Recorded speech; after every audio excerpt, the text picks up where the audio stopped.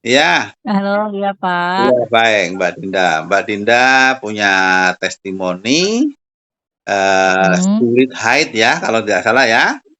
Ya, mm, ya sampai setengah tahun apa kalau nggak salah waktu itu. Nah, coba Mbak Dinda ceritakan ya singkat gitu. Terus sekarang mm, saya lihat Mbak Dinda sudah bisa menstruasi lagi ya dengan baik lah. Silakan Mbak Dinda. mm. Ya, aku tuh kan awal tahun Wajahnya, wajahnya kelihatan 2023. wajahnya, wajahnya, Aku wajahnya. Wajahnya. aku pun tahun 2023 sekitar bulan Oktober apa Agustus gitu. Dulu kan memang lagi mau umroh. Nah, terus udah gitu ibarat kata kan mau menunda tapi nggak bisa karena udah kelewat. Harusan pas sebelum sebulannya itu. Nah, akhirnya aku di 3 kali ke dokter. Yang pertama dikasih obat buat ngelancarin haid. Ya udah pas mau hari H aku ke dokter tuh buat ngasih menu penunda, tapi kurang dosis. Aku Mm-mm. balik lagi ke dokter yang berbeda, tapi di satu rumah sakit. Nah, dikasih obat lah sama dokter, dikasih pil obat hormon pendarahan suntik 3 bulan kalau nggak salah sama vitamin.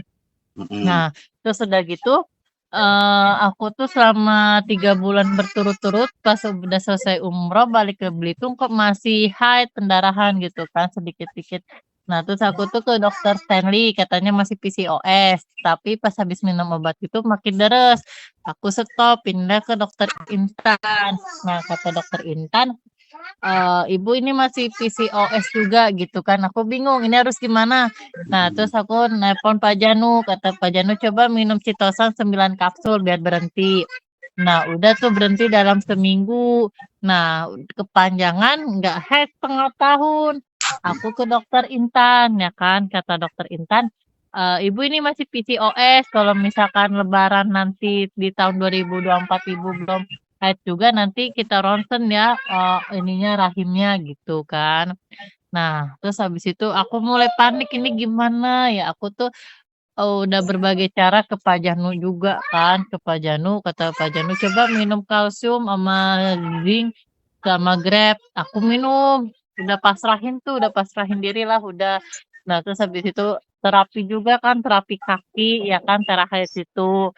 Nah, Mm-mm. terus pas itu udah lah mulai pelan-pelan haid. Terus udah gitu, pas bulan berikutnya mulai berjuang lagi tuh, pas bulan September 2024 kalau nggak salah.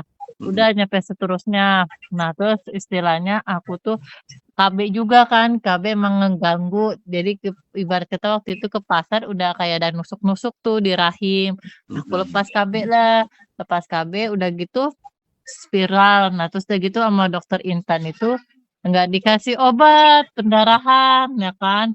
Aku bingung. Pak Janu nih gimana? Aku lepas KB tapi nggak berhenti pendarahannya. Minumlah Citosan sehari 10 aku tuh. Udahlah, pas itu berhenti ada kurang lebih 3 hari atau 5 hari gitu. Udah mulai berjuang lagi nyampe sekarang haidnya aku udah mulai teratur pelan-pelan. Cuman emang sih pola hidupnya harus dijaga gitu kan. Oke. Soalnya kan kalau itu takut ini lagi ngeganggu lagi.